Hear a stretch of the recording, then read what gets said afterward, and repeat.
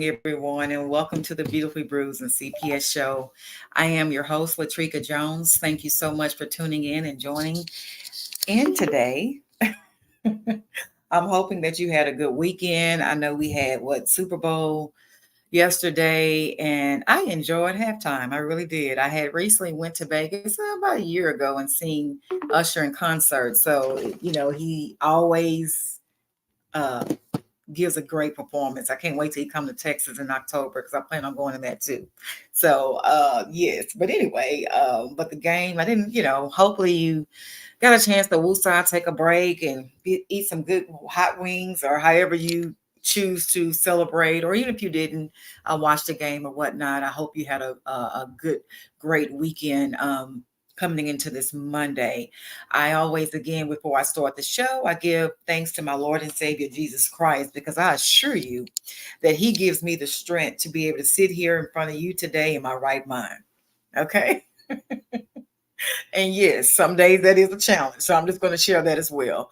With so much taking place, but God is so faithful. And if you don't know Him, listen, you want to get to know Him, okay? He is a deal breaker. He is the difference between life and death, and He gives you life and takes away death. And once again, I'm not on here to preach, but I'm just on here to share with you what keeps me going, what keeps me, going through so much adversity and challenges at times is Him. He gives me the strength. When I went through my CPS case and I overcame CPS from everything they tried to do, every hack, every object, every shenanigan they came up with, God knocked it down. I tell you that. I truly do believe that He gave me a divine strategy and a great strength, because anybody know that have been through CPS, it is no joke.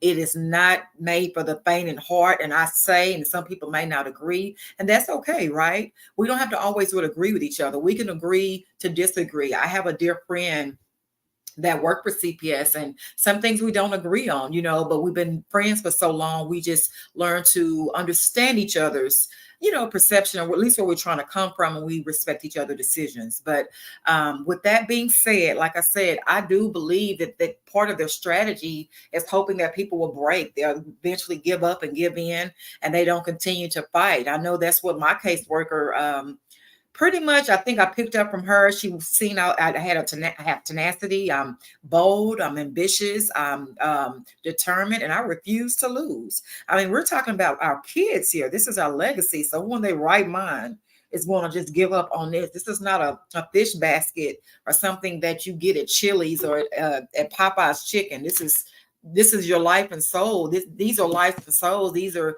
destinies. These are legacies. And I just thank God that He gave me the strength, because I'm telling you, they take you through so much. Again, a lot of people sadly don't make it out, or they get their kids taken away. And I've spoken to some beautiful women that have actually, and I got a lady who I'm working with now, that she's starting an organization to help, before, you hopefully won't have to get to CPS.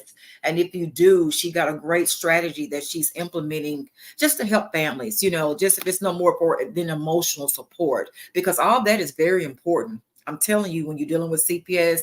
And again, not to get too far off from my whole point of why I'm saying this, is that I do believe God gave me the strength to endure. He gave me the knowledge, the wisdom, and the, divine discernment. Also have wise counsel, someone like Attorney Vince. I mean, I assure you, I thought I could figure it out myself, because I could pretty much add 2 plus 2 and know how to spell Chicago, or whatever basic common things that most people at least have a decent understanding should be able to comprehend, but absolutely not. When I got in that courtroom, there were CPS laws and strategies and different discoveries and things that they go by, and previous research that other people have utilized to win cases, and they can refer back to the, I mean, it's a whole nother world. Okay. So Save your time and your energy. If you can invest in any type of attorney, do not hesitate, because I'm telling you, it is something like I have never seen before. And it took me hiring on wise counsel that knew CPS laws and that was determined and aggressive to have my child return back home where he belonged. And that happened. And that was years ago. Okay. And again, have they tried other things? Absolutely. Did it work? Absolutely not. Because when you know better, guess what? You do better. And when people know what you know, they can't easily come to you with anything. So I thank God for a wise attorneys, period. Because even if you're not able to get attorney Vince, hopefully you can, but if he's not available, seek someone in your area that knows those things, CPS laws, that's aggressive and knows how to fight to bring your children back home. Because obviously, that is the ultimate goal, right? Is having your child back home where they belong. So don't never put a period where there should be a comma. No matter what shenanigans that you're going through, know that's a part of the process. Know that you're not exempt. I went through a lot of shenanigans, and I'm telling you, on different levels, I felt like I was living in the twilight zone for nearly a year, because that's how long it took for justice to be served and my child to be returned home. And I'm telling you, again, it's not for the faint at heart. It's something you don't want to take lightly. Don't sleep on it. Don't think, oh, I can do what I want to do, because you will look up and your children will be gone, lost in the system. Okay. And I mean that. I'm not playing. This is not a joke. This is not a game. Like Attorney Vince said, this is probably one of the biggest, if not, I believe he said it's the biggest fight of your life. And I agree with that. I truly do. With that being said, I wanted to come on here today, and I always ask God, what do you want me to say? Because I'm going to be honest, I was tired this morning. I was tired. I'm not gonna kid you. I kid you not. I was just, some days you just be like, "Oh Lord, help me. I need strength." But you have to realize that this is bigger than you, and this is not about you. Because I have to ask myself, May, how do you not know that there's not a word that you can say that can change the trajectory of a parent? I've had people to say, you know what you spoke today. I might be dealing with something in my own personal life. I might be even mad at God right now because what I'm going through. But when I hear you speak, I hear God through you is a reassurance to tell me that he's with me, even though I don't see him. And so I think back to things like that. So I said, Lord, okay, God say, you need to do it. Like when I brought you out of CPS, it wasn't just about you. It was about you speaking to my people and helping them to speak life into them with what you was once going through. So get up and get to it. So here I am. Good morning. So, because listen, I'd rather be obedient to God, because obedience is greater, better than sacrifice. I know that. And I am present. Okay. And with that being said, it made me immediately, when I asked God, what is it you want me to speak on this morning? Okay. Because I don't want to just keep saying the same thing over and over again, redundant, that you've heard. I want something that's substance, that brings life to you, that makes you think, that make you reevaluate yourself and what you're personally dealing with your CPS cases, right? Or someone you might know. And what came to mind is that it was so ironic, because I'm also close friends. I have a dear friend to someone who I never even knew until she shared me yesterday, right? That she once was a CASA worker. And I was like, really? And it's so funny, since I've been, I see this as ministry, because you're helping to encourage people, speak life, share your true stories, things that you went through, the ugly stuff, what I wrote my book about, Beautifully Bruised, Crushed for Christ. A lot of that is about things I went through with CPS, because at the time, sometimes you feel embarrassed or ashamed to be going through something like CPS. And God just told me, start journaling, start writing your feelings, your emotions, and what you feel and what you're going through. And I listened to what God told me to do. And that's the reason why I wrote my book, right? That's the reason why I'm sorry, I'm trying to get my shirt together. That's the reason why I wrote my story. And again, a lot of it's about what I went through with CPS and different things that I used to strategize to give me hope, inspiration, and encouragement and clarity, even, with what I was dealing with child protective services. So, and it was therapeutic for me. Sometimes it's just good to get what's in your head and to write it out on paper to channel your thoughts and your feelings. And again, it's just another way to release what's on the inside, get it out of you. And it helps you to, be more transparent and kind of take you through the process of everything, and bringing balance to your life with everything. So with that being said, yes, that's the reason why I wrote my story. And as I was speaking to this individual on yesterday, like I said, she had never shared with me before that she was once a CASA worker. And I'm like, really? And the reason why I'm saying it like that is because most people, you already know if you did or did not, CPS normally assign a CASA worker to your case. I don't know what they base the decision off of, but I know I had one when I dealt with my CPS case. And my thing is what I've shared with her, along with another lady I spoke with, had a great conversation about CPS and CASA workers. And it seemed like God brings people into my life that's something that is relevant that I need to know for myself, and even to share, with taping the shows, that with the listeners that might want to, that can be useful for them or what they're dealing with and help them in some kind of way. I remember, like I said, when she shared with me yesterday, she said, yes, she was a previous CASA worker. And I just asked her, okay, what was your experience like, working with them? And she went on to share that, believe it or not, and this is a person I could tell she really have a heart for families and children, even so much so where she spends a lot of time with her grandkids, a lot helping them with, school, everything. And with that being said, she said her heart mainly truly was to help these families, and not only the children, but the parents that's raising these children that's been, caught up in the CPS system. But she shared with me that even though that was her whole idea of becoming a CASA worker, she actually ended up leaving because it didn't, that particular unit didn't operate out of integrity. And, I responded to her because I want to know personally. I found it to be fascinating even to find someone that actually worked for CASA, because my experience with CASA was I found them to be just a spy for CPS. I did. I did. I found them to be a spy because I just didn't pick up the energy of someone that was there in my best interest, reporting back to whomever they report to regarding who I was. It seemed like for me that it was more like they were trying to see if something else they could probably use against me, even so much so where they were asked about previous things that had absolutely nothing to do with why they were there in my home at the time. So I found them to be very, very, very suspicious. I know at the end of the trials, you go through all those court hearings, and at the very last hearing, she didn't even show up. But I remember after the judge, by the grace and mercy of God, had ordered CPS to return my son back home where he belonged. Okay. Once the judge made that final order to CPS, and CPS had to abide. And with me having my wise legal counsel that pointed out some, oh my God, some alarming details that I never even knew, that were very disturbing, that my attorney had access to, privy access to, that again I was never made aware of by CPS. CPS should have been aware of it, but they never mentioned it, right? But my attorney did.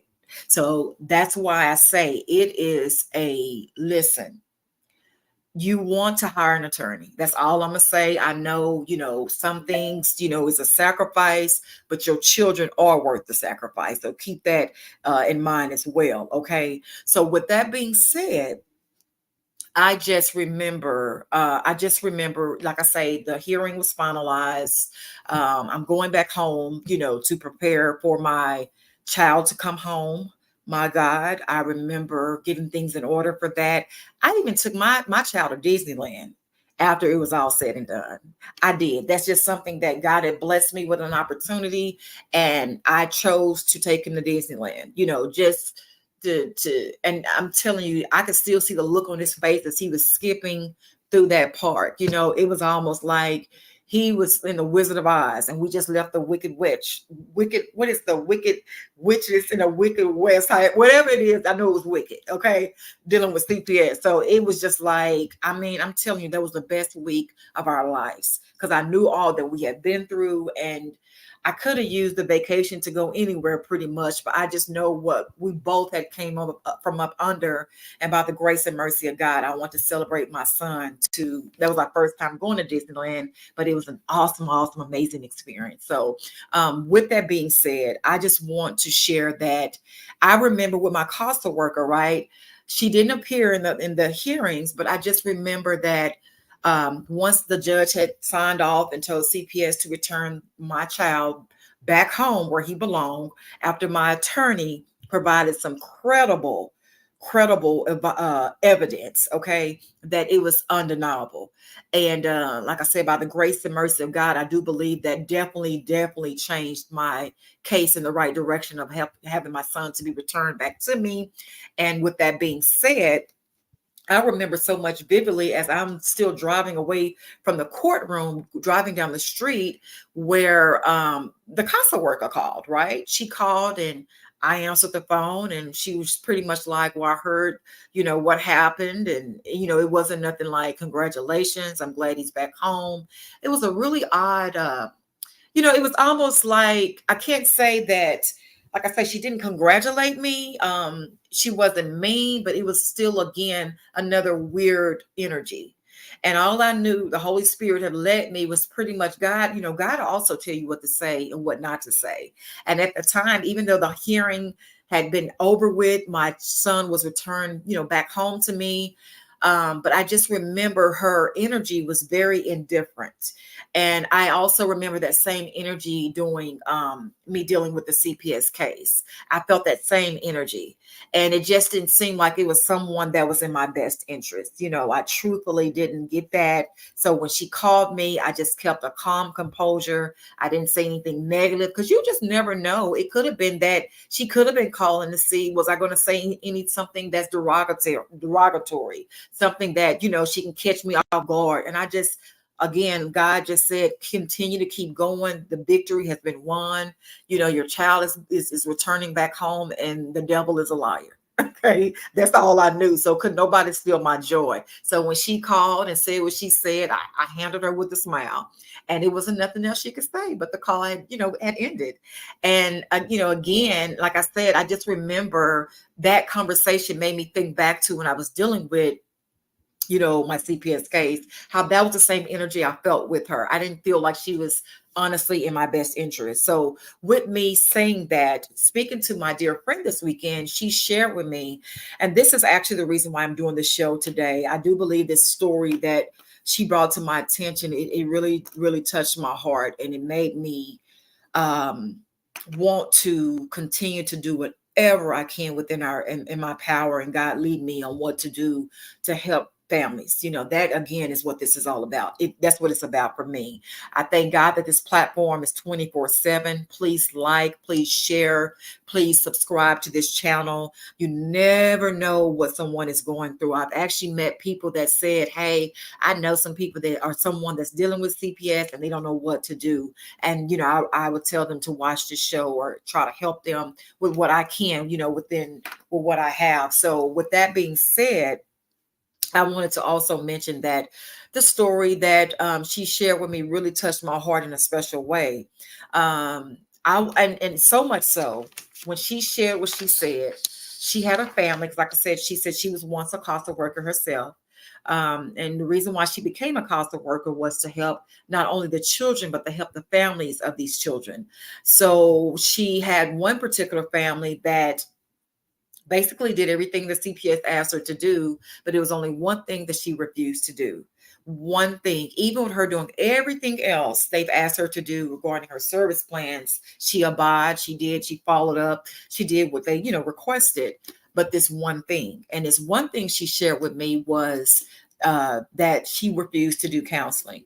Now, again, I don't always agree with their requirements, but again, That's why I would recommend, if you have an attorney, your attorney should be able to direct you on whether or not that's something that should be done, or if it's something they can see that you don't have to do, and CPS can approve it.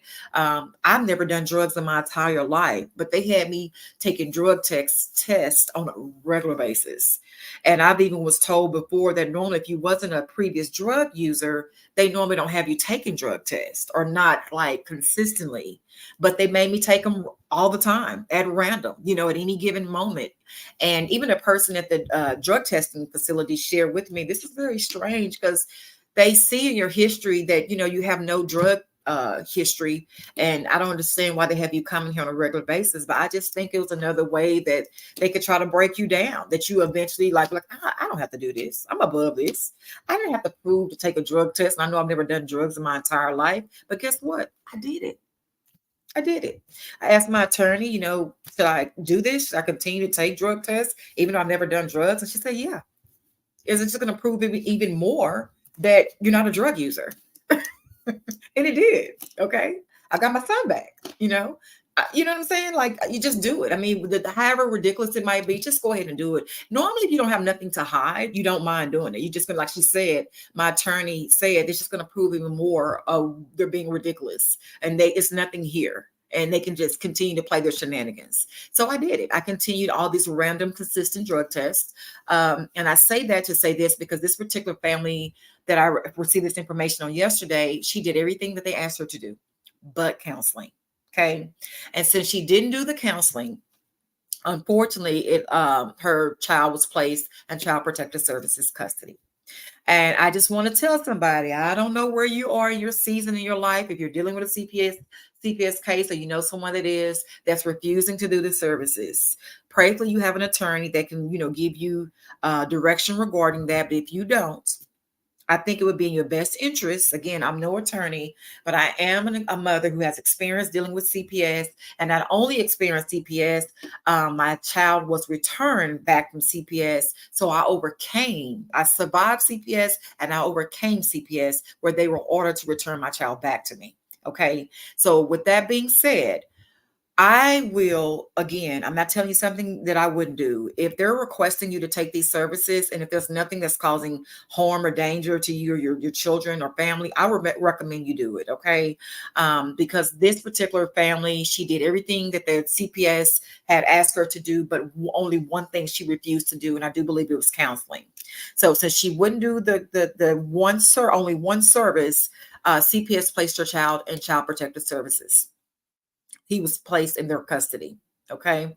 And with that being said, the child, little bitty kids, two little bitty kids, this sad story actually made the news because it was so disturbing, along with many others that don't unfortunately get a chance to meet the news. But that's not the only sad story, of course, dealing with some cases that deals with CPS, especially with caseworkers and CASA workers who lack integrity. Okay.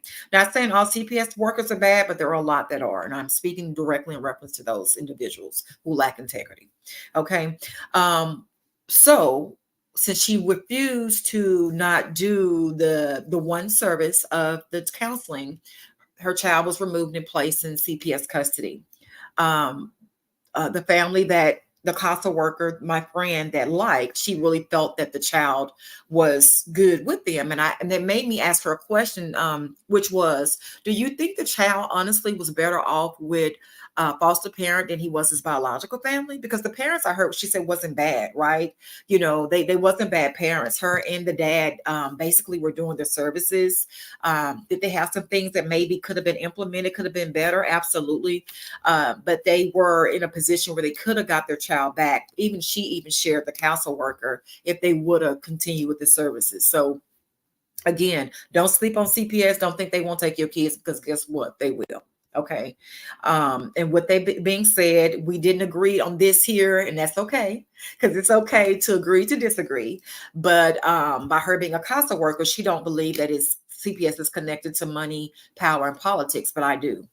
I still do. I do believe that it is, I don't know exactly how it's derived, but I do believe it is some type of form of connection, as well as from what even I heard from my attorney at the time dealing with my CPS case years ago. She shared with me, even when they were prolonging my case really for no valid reasons at all, she shared with me, this is not about you or your kid. Okay. This is bigger than you. This is bigger than the both of you. This is about things that's dealing with, I do believe, money, power, and politics. Okay. So again, that's just my perception from what I witnessed through my personal experience. Okay. So with that being said, she went on to share with me that yes, she do believe that this child was better off with their biological parents versus being placed with the foster parents. And the foster parents was really nice.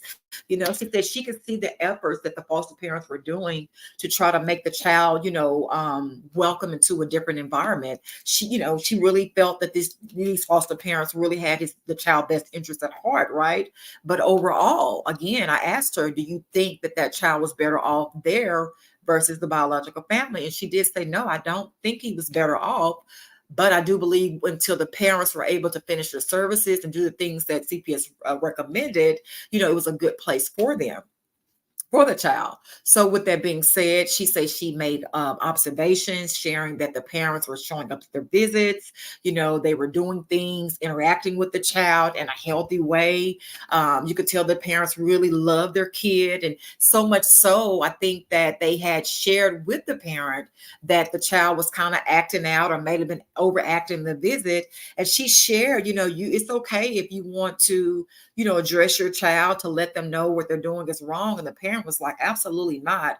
This is the only time I have to bond with my child is through these CASA visits for CPS. And I'm going to use that time as not as a punisher, but as a time to just enjoy my child. This is not going to be a time I'm going to use to spank them or to put them in time out or to call them out on something they may actually be doing that's wrong, right? No, that mother was adamant about, no, I just want to use this as a moment to enjoy just being with my child, spending time with this child. That's all I'm going to do. And I agree with what she said. I think that said a lot about her as a person and her character. And even my friend as a CASA worker agreed. She said, I couldn't argue with that. I that makes sense to me. The only limited time you have with your child, you want to use that time to bond with your child, not to punish that child, especially when you can't see them like you once had before. So you're going to maximize that child with love, not anything else. And I totally agree with that mom. I think that was very wise for her to make that, determination to do that. So with that being said, why the mama had business with the child and the CASA worker was saying that she could see the parents are doing everything that they were supposed to be doing outside of the mom refusing to do the counseling, that one particular service, that she was making, notes saying, hey, I see, something good here. I don't really see anything that should probably keep them from getting their child back other than that one service. And she was more in the favor of the child being returned home, right? But unfortunately, the supervisor that was in CASA, she disagreed. Okay. She disagreed and she basically would not utilize any of the recommendations and the notes of what the CASA worker was saying. And from my understanding as a CASA worker, I thought that's what they're there for. They're there to make recommendations. First, they're there to, to observe the child, observe the visits, the children engaging with the parents, and they're there to make educated decisions on what they're seeing and looking at overall everything that's in their case file, and they utilize, I thought, their input or some discretion. But that supervisor, that CASA supervisor, didn't like that she wanted that child back with this parent, and she wouldn't use none of her information. And again, that is so questionable to me, and again, to me, that's actually biased in a way. Why would you not do that? And this is a person that is actually spending time with this family on a regular basis, ongoing, and you will not use any of her notes. And again, when I start hearing this, I'm seeing no integrity is in this case. It can't be. So since the supervisor didn't like that, she recommended the child to be returned home, and she wouldn't use any of the services or anything that the CASA worker was implementing. My friend just decided, okay, what's the point of me doing this if you're not going to use my services or my input? And she literally wouldn't use none of her information. So my friend resigned, left that position. And I understand that can also be a touchy subject when, what's the point of you going to work and they don't, allow you to work? That can be very misunderstanding. So with that being said, she was removed from the case, and the CASA worker was brought on. And the supervisor basically stepped in and used her own observation, who actually wasn't visiting with the parents or the children, but some kind of way she was using her own observation. And unfortunately, they was not able to bring on, well, I think by the time they assigned another CASA worker, she wasn't able to meet with the families in time. So what the supervisor CASA worker decided to do was place the child with a totally different family. Not the family that the CASA worker that's been with this family all this time, that had a good rapport with, that showed interest in the child, making the child feel welcome. This supervisor said, no, no, no. And that person family didn't do anything wrong, but they uprooted the child from the family that the CASA worker recommended and placed the child with a totally different family. A totally different family that took over the child. And sadly to say, I honestly do believe that this supervisor of the CASA worker was on a power trip, by her not implementing none of the notes from a CASA worker that was, spending time with this family, spending time with this child, observing the locations, observing the interactions, observing the foster family that, seemed to show that she cared for this child. She overlooked all that information and still placed the child in another household. Okay. And I do believe she did that because she was on a power trip, and that happens a lot. Some caseworkers are not good caseworkers. I'm just going to be honest. I didn't have a good caseworker. Okay. That's how I can speak from it. I had people that work for CPS that you need to get another caseworker because she's not for you. But I didn't do it because I know at the end was about to wrap up my case. God had already strengthened me and prepared me, and I kept moving forward, and I did. But I want to say in this, that with that being said, I do believe this particular supervisor CASA worker was on a power trip. Okay. She was throwing her power around. And just because that CASA worker didn't write what she wanted to be written, she didn't utilize or use any of her documentation in the case. Okay. So with that being said, she ended up placing this child in a totally different environment. And sadly to say, since she made that, to me, impulsive, wrong decision, not listening to the information that was provided with someone who literally did the work and stayed with the family, with the child, and with the foster parents, with his parents, and observed and made consistent observations. She did not listen to anything she said and went ahead and just placed the child with a totally different family. I am sad to say that new family that she placed the child with, that foster parent had ended up abusing the child so bad that by the time they rushed the child to the hospital, he was reportedly dead.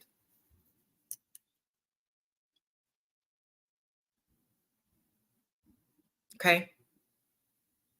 Little boy, maybe 3, 4, 2, 2, 3, 4 years, little boy. Hmm. Yeah. Yeah.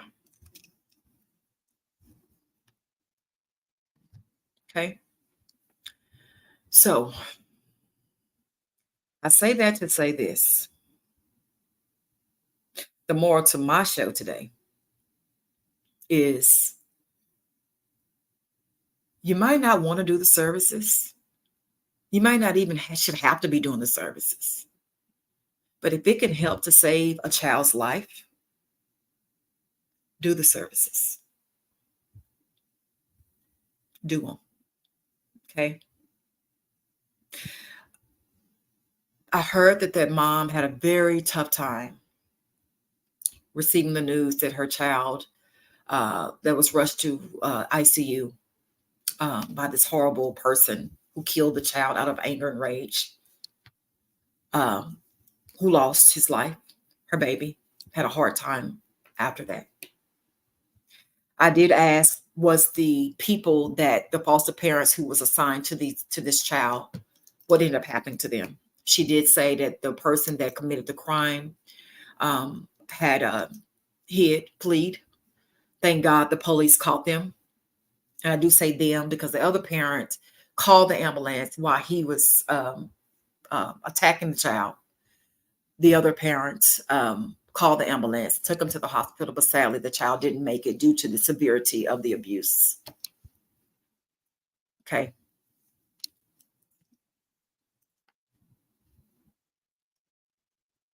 I like to pause for this because I want you to know how important it is. How important it is to do your part, no matter what that looks like. Whether you are the parent that's dealing with CPS that need to do your services, please do your services if that's not causing you any harm or danger, or your children, because if you don't do it, it can actually cause your children harm and danger like it did this innocent baby. Who would have thought not doing your services would lead to something of this tragedy? Okay. That's why and honestly, it seemed like it's a domino effect. Everything you do leads to the next thing. So if she would have, even the counselor worker said, if she would have done her services, the child could have stayed, or, had a chance of coming back home. Okay. So again, I'm hoping that this really sheds some light on doing the services. Again, I been there. I had to do drug tests, even random drug tests at the last minute. I would get phone calls at the last minute to go take a test. It could have been across town. I've never done drugs in my life, never had a history of drug usage. They knew that and they still made me do it. Okay. But guess what? I did it. Because the overall goal is to do whatever I can within my power to make sure my child is back home where he belongs. Okay. That's the moral of this story. That was the moral of my story. So it's, again, did it make sense to have to do it? Absolutely not. But was it worth doing it? Absolutely it was. Why? Because my child was returned back home. They couldn't say she's not doing her services, even though, I shouldn't have been having to do something I've never done before, which was drugs. I shouldn't have to be being tested for something I never had a problem with. But again, CPS to me is a game, and you better learn how to play the game real fast. And with that being said, if the person, the parent, and the family would have came together, did the services, they had to talk the parent and the mom into just do it for the time being, okay? Just do it. Even had a family member, this just came to memory, that kept the child for a little while, but decided to give the child back. She didn't feel like dealing with the kids. I just want to tell family as well. Sometimes I know it's not easy. God, I know it's not. But if there is any way, if you could please have a heart for a child and to keep them out of a CPS corrupt, broken, horrible system, my God, please do it. Because again, you don't want that phone call that your child was placed in Child Protective Services custody and they have went and placed your child with a foster family where the child had ended up being murdered. You don't want that phone call. I assure you, you don't. Okay. So with that being said, please, whatever you can do to help that family, if it's not yourself, parents, if you need to do the services, do the services. Okay. Unless it's something that's, uh, you know, totally against who you are or can be harm to you. But anything to keep your child from being harmed from you not doing the services, please do the services. Okay. Because you never know where these children are being placed. And we all know all foster homes are not good foster homes. Prayerfully, there are some, but guess what? There are some that are not. And who wants to take a chance or a gamble with your child finding out which one is which? I wouldn't. So with that being said, I just thought that's what I want to come on here today to tell you. Don't know where you are in your CPS case. Don't know if it's your family that has a CPS case, or it's maybe very well may be you. And you're like, I'm not doing them services. Do the services. Because why? This is not about you. This is about your children. Your children's life is at stake by you doing those services. I had someone on the show as a guest previously said that they had her to do counseling. And after she did her counseling, she realized in herself that it's some things that she could do to make her life better.